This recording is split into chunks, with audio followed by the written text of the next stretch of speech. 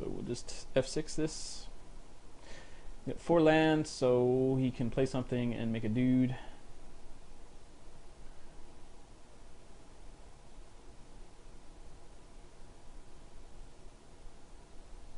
He's thinking, he's tanking. We have F6, so we don't have anything else to do. He can play something, Strider Harness and bash. Strider Harness up his Glint Hawk, bash for 2. Strider Harness up that guy. Play 2 artifacts. I mean, if he's got 2 1 casting cost or like low casting cost artifacts, I'm fine with that. Or if he just wants to trade it for the Corpse Cur, I'm probably okay with that.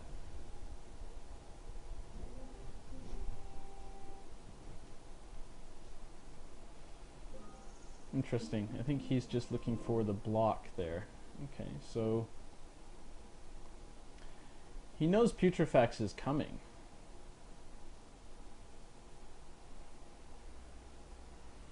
So if I go in and attack, so if I play Putrefax and attack, he will block here.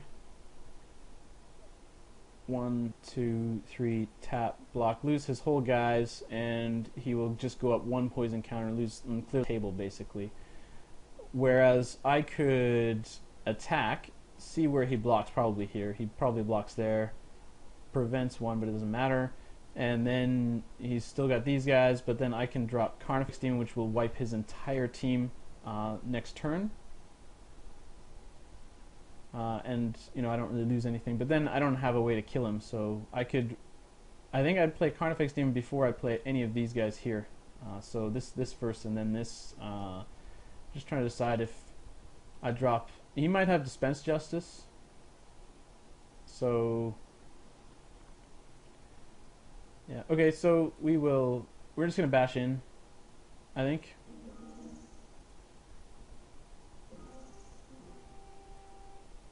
Get the Auric Sunchaser off the table. I mean, I suppose he could sack his Mirror-Smith. Okay, he equipped that for the reason to kill it, which is fine.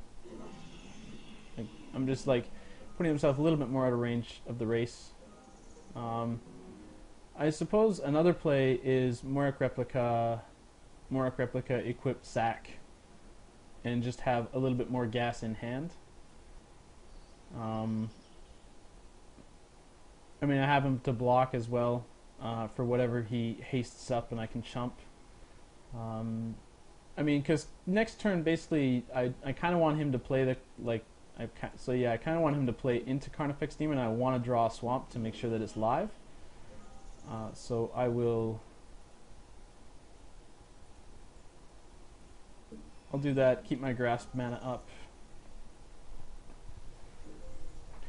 And if he plays something that has haste that can attack, it doesn't fly, I can block. He might play a Hippogriff here, which I'm not really too worried about. Okay, so he does that, which I can't block. That's fine though. He's not being aggressive though, I don't think. No, he's not. I will do this because I really want to get a Swamp to clear most of his board. It's not a Swamp, but it doesn't matter. I guess I just need a land. Or I could Putrefax equip Bash, in which case he would block, block, block, prevent, and end up taking 1, but that clears his board.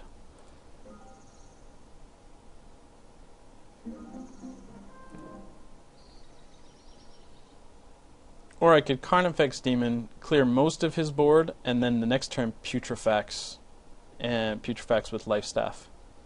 I think that's a solid play.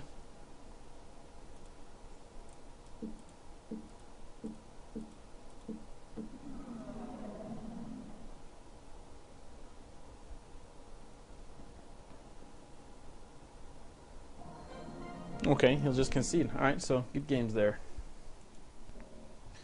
All right, welcome back for round 2. We are playing against a guy who I don't know his deck because I didn't scout. He will be playing first, so that's fine. This hand is definitely keepable. We will wish him greetings and salutations and stuff. This is definitely a keepable hand. We will not mulligan this. It does does get us there. I think Cisbear is the play before Morak Replica, so we shall see what's going on here. He's mulled down to 5. He's playing one of those decks that's not quite 40 cards. Couldn't quite make the cut. Alright, so run out the swamp, pass the turn.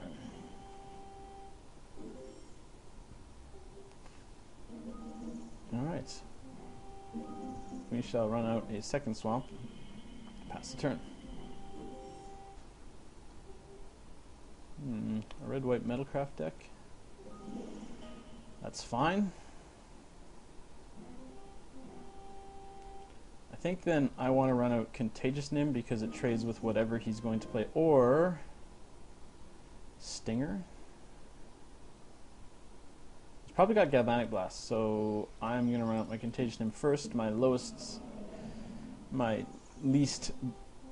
powerful threat, because he can play something equipped that will trade with it, or just play equipment, and that's it. Okay, that's fine. I think pretty good position this game, unless he's playing trainee deck, in which case, I grasp his trainee at some point.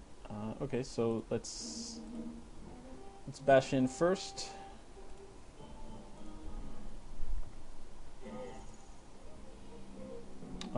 Here, I think I will play Cisbear. More pressure, more damage. Sets me up for turn 5 Stinger Replica if I draw the mana. Trainee will get grasped.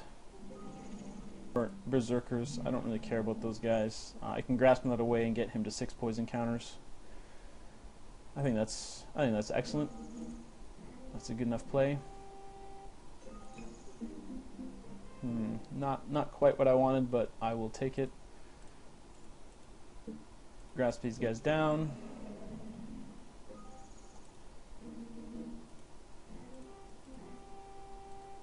Attack him to 6. Wish I had another swamp, but it's not to be. Run out my replica. And F6. Away we go. Not so exciting, folks. Sorry about that, but sometimes that's the way the Infect deck rolls out. You play like... okay, you can just concede. Okay, well, that was a pretty fast game. Alright, so we'll see how it goes.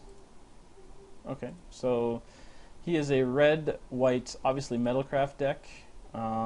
He probably has flyers. He got out of the first round, so he's obviously got flyers. Seems like we got there with our power in the early game, pretty aggressive, so staying aggressive is good. Wing Puncture. Wing Puncture. Do I really need that Wing Puncture?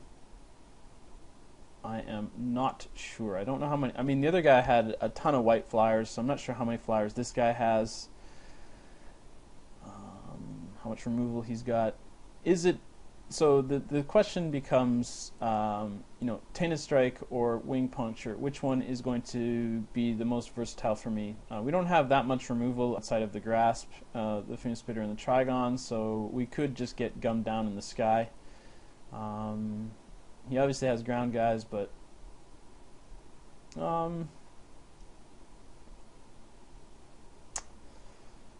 I mean, it won me the first time, so... I had a good hand. I think I'll just run it out again, and he did mull to 5. So, and we have a solid hand, so we'll keep.